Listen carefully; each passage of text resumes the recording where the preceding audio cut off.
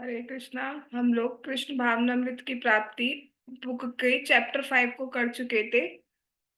अब हम चैप्टर 6 आज स्टार्ट करेंगे, जिसका टाइटल है कृष्ण भावनामृत को अपनाना। That means accepting Krishna consciousness. उसका मतलब ही क्या है? कृष्ण भावनामृत, ये हम बहुत बार वर्ड सुन चुके हैं, बट एक्चुअली इसका मतलब क्या है कि to be a Krishna conscious person. तो चलिए इसको देखते हैं। भारत में समस्त शास्त्र और महान आध्यात्मिक आचार्य, जिनमें शंकराचार्य जैसे भी सम्मिलित हैं, श्री कृष्ण को परम भगवान के रूप में स्वीकार करते हैं। तो यहाँ पे क्या बताया जा रहा है? जितने भी शास्त्र हैं, हाँ, जितने भी शास्त्र हैं और जितने भी आचार्य हैं प्रमाणिक, वो सब स्वीकार करते हैं कि भगवान कौन है, कृष्ण भगवान है। ऐसा नहीं कि जैसे कई बार आता है कि अ, पता नहीं इसे आलोचना कहेंगे या इसको तारीफ कहेंगे, प्रशंसा कहेंगे। कुछ लोग कहते हैं कि ये प्रभुपाद जी ने एक बहुत बड़ी गड़बड़ सी की है कि सबको ये कह दिया है कि कृष्ण भगवान है, कृष्ण भगवान है, कृष्ण भगवान है। अब इसको प्रशंसा कहना चाहिए कि कि प्रभुपाद जी ने सब जगह ये स्थापित कर दिया है कृष्ण भगवान है। बट उन्होंने ये जो किया, ये अपने मन से स्थापित नहीं किया है। सारे शास्त्रों का प्रमाण है कि कृष्ण ही भगवान है, कृष्णस्तु भगवान स्वयं। और जो शंकराचार्य जैसे आचार्य हैं, वो तक कह रहे हैं कि कृष्ण ही भगवान है। भगवत गीता पर अपने भाष्य के आरंभ में शंकराचार्य कहते हैं कि श्री नारायण इस व्यक्त और अव्यक्त सृष्टि से परे है। तो शंकराचार्य जी क्या कहते हैं, जबकि वो वैष्णव समाज से नहीं है, ऑल दो he is Lord Shiva, but वो एक दूसरे कारण से यहाँ पर आए थे, जहाँ पे थोड़ा सा निराकार आदि इन सब का प्रचार करना था। उस टाइम ये नीड थी। तो वो भी कहते हैं कि जो भगवान नारायण है, जो भगवान कृष्ण है, वो जो ये सृष्टि दिख रही है, मटेरियल वर्ल्ड और स्पिरिचुअल, वो सबसे परे है। और आगे उसी भाष्य में वे कहते हैं कि भगवान नारायण ही कृष्ण है। वो कृष्ण कौन है? जो देवकी और वसुदेव के पुत्र के रूप में प्रकट हुए, वो ही भगवान है। इस प्रकार कृष्ण के विषय में कोई मतभेद नहीं है। जो प्रमाणिक आचार्य है, चाहे वो साकारवादी हो चाहे वो निराकारवादी हो, सब स्वीकार करते हैं कि कृष्ण ही परमेश्वर है। अब हम लोग क्या करते हैं? हम लोग सोचते हैं हम रिसर्च करेंगे और रिसर्च के थ्रू हम पता लगाएंगे कि कृष्ण कौन भगवान है। क्या आपने कभी कोई दवाई तो खाई होगी? आज तक ऐसा कोई पर्सन है जिसने कोई टेबलेट ही नहीं ली हो? Is there anyone? एंड कोई भी डिवोटी है ऐसा जिसने कोई दवाई नहीं खाई हो? दवाई के पीछे अगर लिखा हो कि इसमें ये केमिकल प्रेजेंट है, ये सब्सटेंस प्रेजेंट है, ये एलिमेंट है, हैव यू एवर टेस्टेड? कभी टेस्ट किया है कि ये है भी है या नहीं है? लिख दिया गया है इसमें। उसमें रिसर्च तो नहीं की गई कि ऐसा होता भी है या नहीं, उसको तो फटाफट खा गए। बट चेक किस में करेंगे, टेस्ट किस में करेंगे? कृष्ण भगवान है। टेस्ट बहुत करते हैं। हाँ। तो आगे क्या कहा जा रहा है? जब कृष्ण इस भूमंडल पर विद्यमान थे, तो उन्होंने अपने कार्यकलापों और ऐश्वर्य से ये सिद्ध कर दिया कि वे भगवान है। ठीक है, सारे आचार्य भी कहते हैं, सारे शास्त्र भी कहते हैं। और जब हम भगवान की लीलाएं सुने, जब हम भगवान के कार्यकलाप सुने, तो वो इतने अद्भुत है, वो इतने दिव्य है कि उन्हें और कोई कर ही नहीं सकता। एक साधारण इंसान, मनुष्य नहीं कर सकता। जैसे कुछ लीलाएं आपके सामने फोटोग्राफ फॉर्म में दिखी रही हैं। क्या है? पहला गोवर्धन लीला, भगवान ने एक पत्थर उठा लेता। हाँ, और कर रहे हैं, पत्थर उठाया था, पूरा का पूरा पहाड़ था वो। ठीक है, जो कि एक बच्चा, 7 साल का बच्चा नहीं कर सकता। 7 साल का क्या मतलब, 100 साल का भी नहीं उठा सकता पहाड़। तो ये एक अमानवीय कार्य है जो हर कोई नहीं कर सकता, वो सिर्फ भगवान ही कर सकते हैं। इससे प्रूफ होता है कृष्ण ही भगवान है। बगल में आइए, बगल वाली फोटो में क्या दिख रहा है? मुंह में क्या दिखा रहे हैं भगवान? 32 दांत? नहीं, ब्रह्मांड ब्रह्मांड।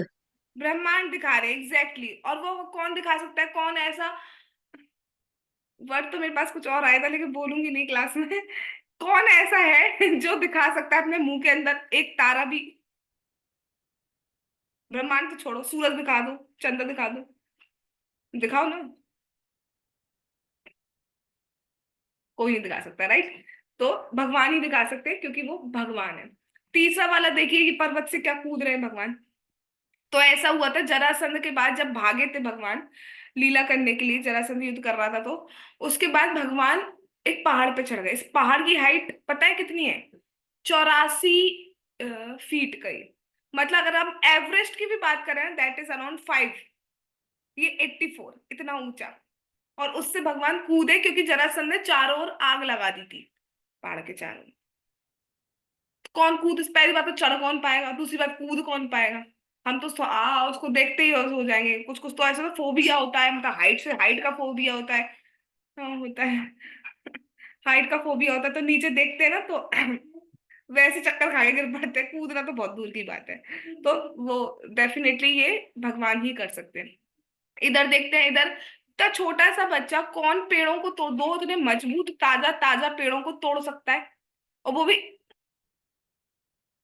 वो भी ऐसा तोड़ा कि रस्सी भी नहीं टूटे। पेड़ टूट गए बट रस्सी नहीं टूटी। और इधर तो देखो, आग को पीना, किसी का मन हो आग को पीने का तो एक सूप, गरम गरम बिल्कुल ताजा सूप रख लेना मुंह में, अंदर पता चल जाएगा कितना आग पी सकते हैं। नहीं कर सकते, राइट। यदि हम वास्तव में ये समझने के लिए उत्सुक हैं कि परम भगवान कौन और क्या है, तो इस संबंध में सारी जानकारी वैदिक साहित्य में दी गई है। हमारे पास जो कुछ भी है, यदि उसका उपयोग हम भगवान को समझने के लिए करें, तो कृष्ण ये सिद्ध कर देंगे कि वे ही पूर्ण पुरुषोत्तम परमेश्वर भगवान है। यदि हम केवल यही तथ्य स्वीकार कर लें तो हमारी सारी शिक्षा दीक्षा पूर्ण हो जाएगी। मतलब आपकी शिक्षा तब पूर्ण हो गई, आपकी दीक्षा लेने का अर्थ तब पूर्ण हो गया जब आप ये समझ पाए कि कृष्ण ही भगवान है। और इसके लिए आपको क्या करना है? इसके लिए आपको शास्त्र से सुनना है, गुरु से सुनना है। कोई शोध करने नहीं बैठना है, कोई रिसर्च करने नहीं बैठी है कि आइए आइए देखते, चलो देखते हैं भगवान है या नहीं, ये ले लो और इसके ऊपर मैग्नीफाइंग ग्लास लगा दो भगवान है या नहीं, तो उससे नहीं दिख पाएंगे आपको भगवान है या नहीं। भगवान है या नहीं। अब इसको क्या हो गया? ये क्यों हिल रहा है अपने आप? हाँ, भगवान है या नहीं है। यस। तो उससे नहीं पता चल सकता। कभी किसी ने क्वेश्चन किया है कि ए को ऐसा ही क्यों लिखा जाता है? उसमें तो कभी क्वेश्चनिंग नहीं की गई क्यों लिखा जाता है ए को। लिख लिया। जो चीज रिसर्च करने की उस पर तो की नहीं गई। जो चीज नहीं है ना, उस पर रिसर्च करी जा रही है। ठीक है। तो जैसे हम भक्ति करते हैं, भगवान का नाम जाप करते हैं, भगवान की कथा श्रवण करते हैं गुरु के माध्यम से, तो वैसे वैसे भगवान रिवील करते जाते हैं सारी चीजें। ये एक प्रथा सी हो गई है कि ये जानने पर शोध किया जाए कि ईश्वर क्या है, किंतु ये आवश्यक नहीं है। ईश्वर विद्यमान है और वे स्वयं कहते हैं। मतलब जैसे कि आप जब पैदा हुआ, आप हम सब जब पैदा हुए तो हमसे कह दिया गया कि आपके मम्मी पापा ही है, हमने मान लिया। कभी क्वेश्चन नहीं किया कि लाओ डीएनए टेस्ट करते हैं, हम कैसे मान ले तो आप मम्मी पापा हो? कभी किसी ने किया? अच्छा, आपका नाम ये है, आपका नाम फॉर एग्जाम्पल गरिमा को पकड़ते हैं, आपका नाम गरिमा है। तो गरिमा ने मान लिया कि गरिमा का नाम गरिमा है। गरिमा ने तो कभी भी नहीं कही कि मेरा नाम महिमा है। गरिमा ने तो कभी नहीं कही। हम्म, ठीक है। तो अब श्लोक देखते हैं। भगवान क्या कह रहे हैं। भगवान सब जगह विद्यमान है, तो शोध करने की आवश्यकता नहीं है। मत्ता परतम नान्यता किंचिद अस्ति धनंजया, मयि सर्वम इदं प्रोत्रम सूत्रे मणिगणा एवा। हम सब कंठी पहने हुए हैं। यस। जो नहीं पहने हैं तो उन्होंने माला तो देखी ही होगी। माला जब हम देखते हैं तो हमें क्या दिखाई देता है? क्या दिखाई देता है? हम्म, मोती। मोती। यस, मोती। लेकिन मोती टिके किस पे है? उसके पीछे थ्रेड होता है, एक धागा होता है, वो दिखता नहीं है। तो अगर धागा नहीं होगा तो मोती नहीं टिकेगा। ऐसे भगवान सब जगह विद्यमान है, दिख नहीं रहे, बट उनके बिना कुछ भी नहीं चल पाएगा। तो इसलिए शोध करने की आवश्यकता नहीं है। कैसे ये, कैसे हो रहा है सूरज डेली आ जा रहा है? कैसे हो रहा है? कैसे हो रहा है कि हम जो खाते हैं वो डाइजेस्ट हो जाता है? कैसे होता है जो हम सोच रहे हैं वो बोल रहे हैं? ऐसा कैसे हो जा रहा है? कभी ये सोचा भी है कि ऐसा कैसे हो जा रहा है, जो कि जो मैं सोच रही हूँ वो मैं बोल कैसे दे रही हूँ? अच्छा, हाँ, सोच के बोलते नहीं है, ठीक है।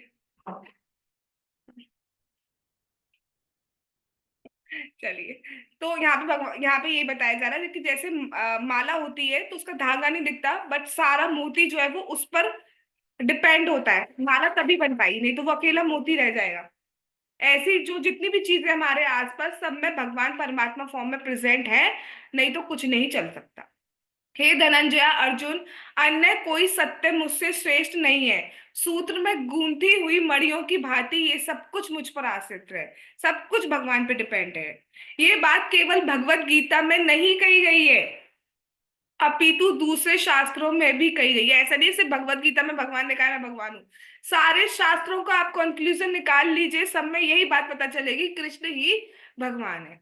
प्रारंभ से ही शंकराचार्य, रामानुजाचार्य, मध्वाचार्य और भगवान श्री चैतन्य जैसे महान आचार्यों और अन्य दिग्गज प्रमाणिक पंडितों द्वारा ये बात स्वीकार की गई है कि कृष्णस्तु भगवान स्वयं।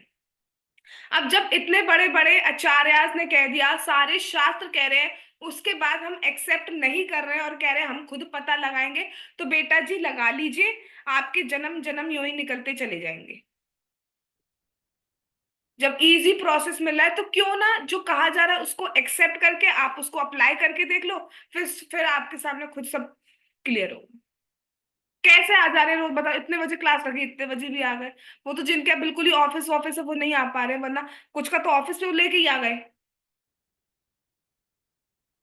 कुछ सोए नहीं है बेचारे।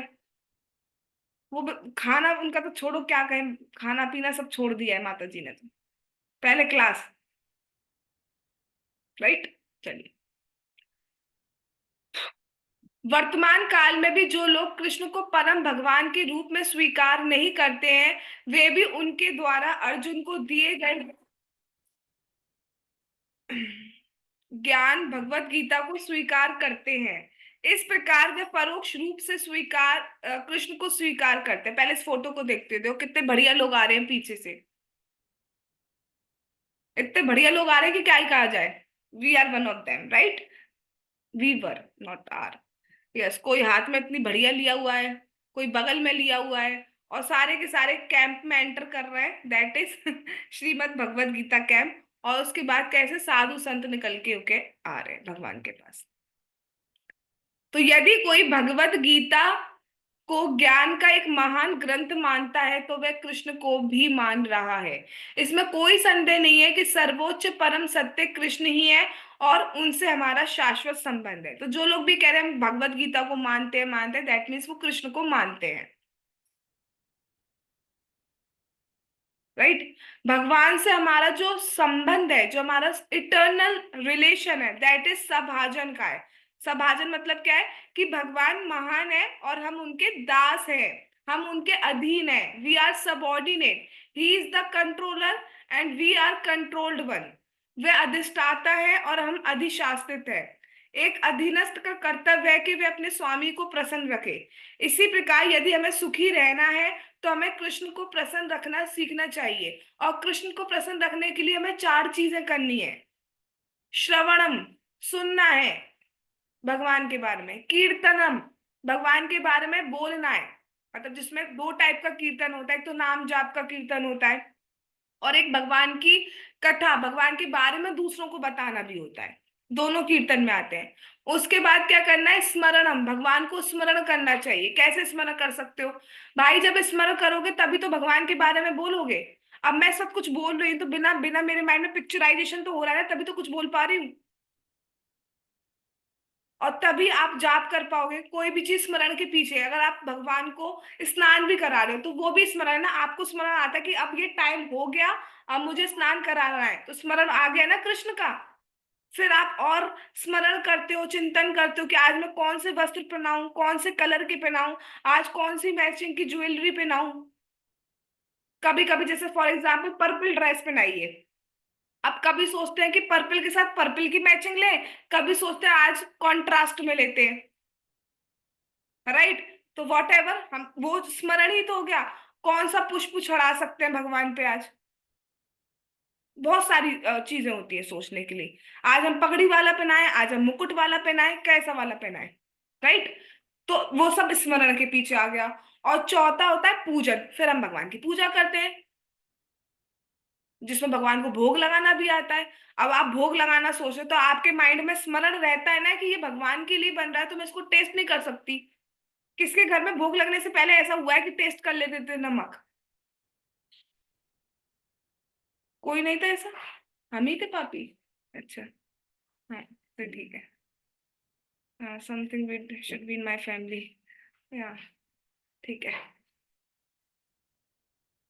तो अब स्मरण रहता है ना कि झूठे हाथों से, गंदे कपड़ों से, अशुद्ध अवस्था में हम ऐसे नहीं बना सकते। याद रहता है ना ये, चलो चलो खा ले खा ले खा ले चलो। रात को 12 बजे ही चलता है भाई, 12 बजे तो भगवान सो रहे हैं, 12 बजे तो नहीं खा सकते ना हम। पहले तो सुनते थे 12-2 बजे मैगीज बन रही हैं।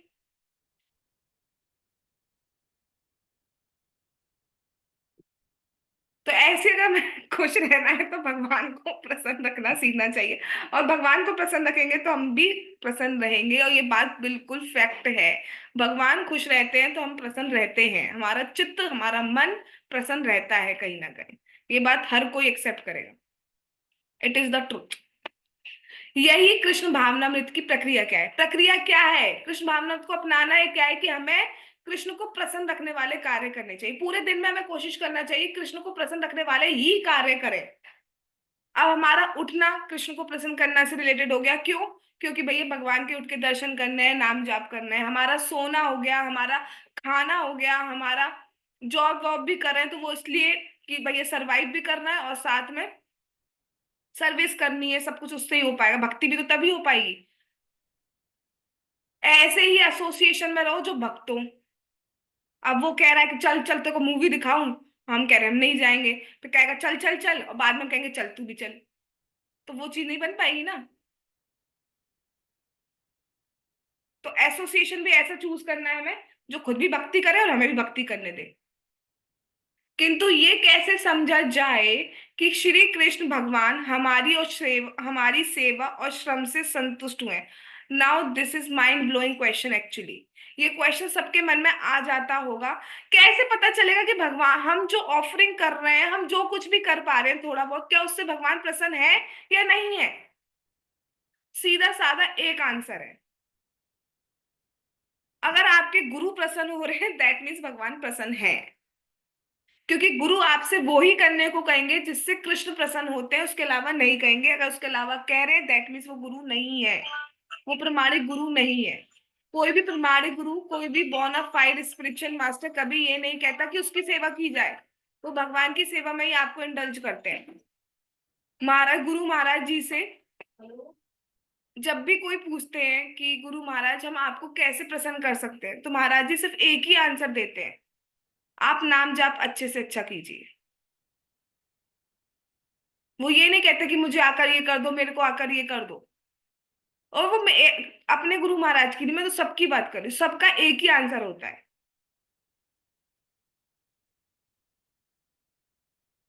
और वो प्रसन्न है दैट मीन्स आप कृष्ण को प्रसन्न रख पा रहे हैं, क्योंकि उन्हें पता है आप वो एक्टिविटीज कर रहे हैं या नहीं जो कृष्ण से संबंधित है या नहीं है।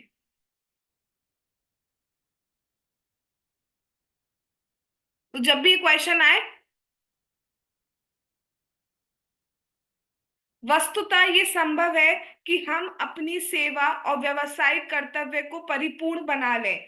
प्रत्येक व्यक्ति को अपने पद के अनुसार कुछ ना कुछ कर्तव्य पालन करना होता है। भैया हम जिस पोस्ट पर हैं, जिस शरीर में, उसके हिसाब से कुछ चीजें हमें करनी पड़ती हैं। जैसे हम भारतीय हैं, अमेरिकी हैं, हिंदू हैं, मुस्लिम हैं, ईसाई हैं, पुरुष हैं, स्त्री हैं, ब्राह्मण हैं, क्षत्रिय हैं, वैश्य हैं, शूद्र है, कोई भी क्यों ना हो, कुछ ना कुछ कर्म करना पड़ता है। हम ये नहीं कह सकते हम कुछ कर ही नहीं सकते, हम जीवन में कोई कर्म नहीं करेंगे, हम बस बिल्कुल मौन होके बैठे रहेंगे।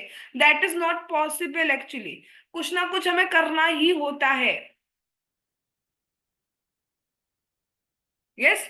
खाते हो पीते हो, करना, बोल बिना बोले कैसे रह सकते हैं?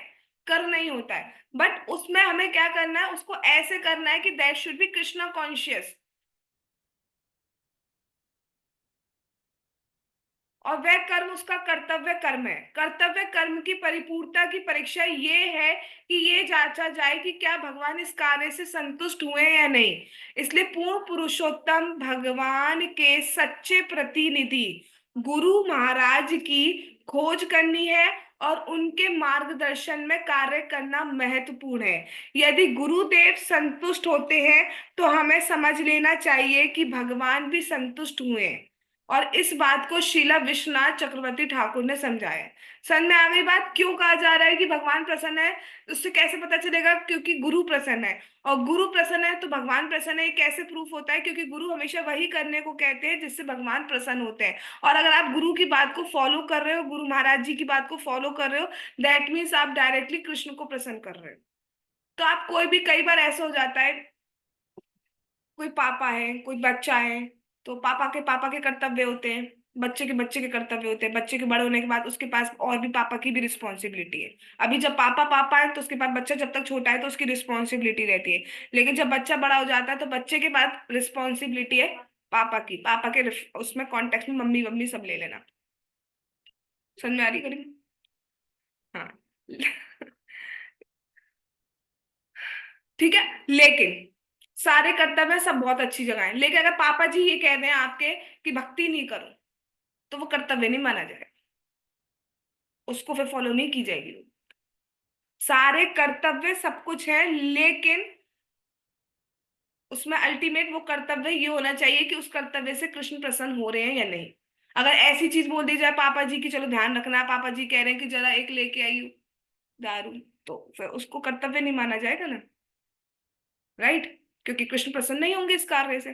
तो आप कह सकते हो भाई हमारा कर्तव्य पापा का ऑर्डर ओबे करना, बट ऐसा ऑर्डर ओबे नहीं करना है कि जिसमें मतलब जिसमें कृष्ण प्रसन्न नहीं हो रहे। राइट? तो कर्तव्य है, बट कर्तव्य में ये भी ध्यान रखना चाहिए कि वो कृष्ण प्रसन्न हो उस कर्तव्य से। कर्तव्य में ड्यूटीज, अपनी रिस्पॉन्सिबिलिटी सारी फुलफिल करनी है जो हमारी अपनी फैमिलीज को लेकर है।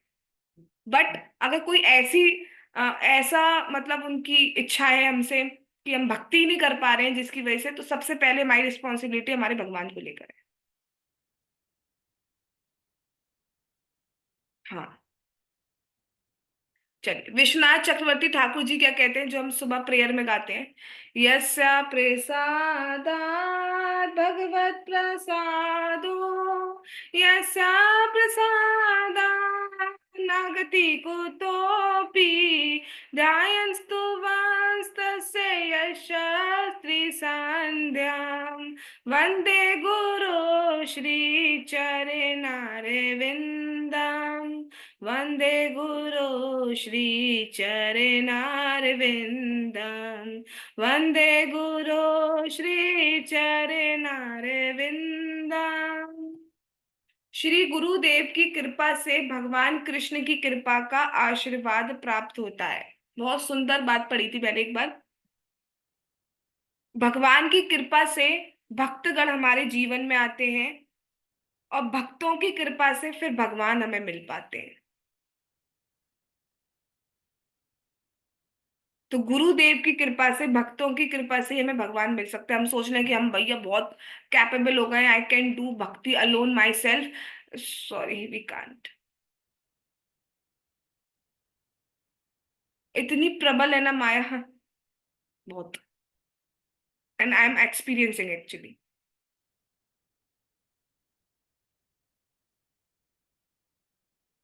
श्री गुरुदेव की कृपा के बिना कोई भी व्यक्ति प्रगति नहीं कर सकता है। अतः मुझे श्री गुरुदेव का स्मरण करना चाहिए। दिन में कम से कम 3 बार मुझे श्री गुरुदेव के चरण कमलों में सादर नमस्कार करना चाहिए। 3 बार। हम भगवान को नहीं कर पाते, हम गुरु महाराज को नहीं कर पाते, और कहते हैं हम भक्त हैं, हमें भक्तों के ऐसा कैसे कह दिया।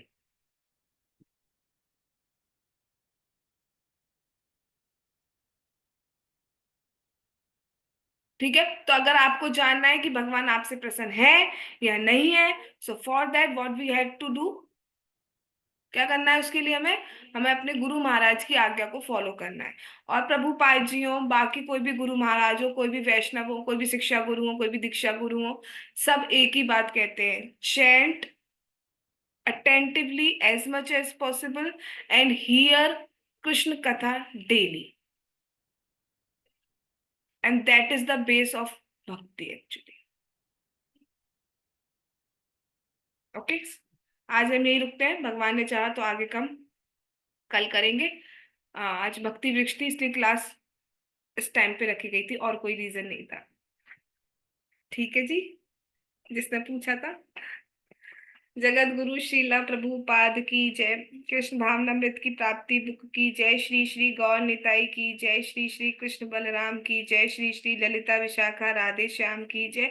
श्री वृंदावन धाम की जय। हरे कृष्ण महामंत्र की जय। श्री जगन्नाथ श्री बलदेव श्री सुभद्रा महारानी की जय। निताई गौर प्रेमानंदे हरि हरि बोल। हरे कृष्णा कृष्णा कृष्णा हरे हरे, हरे राम राम राम हरे हरे। वाञ्छा कल्पतरुभ्यश्च कृपा सिन्धुभ्येव च पतितानां पावनेभ्यो वैष्णवेभ्यो नमो नमः। All glories to assembled devotees. Hare Krishna. Thanks for coming.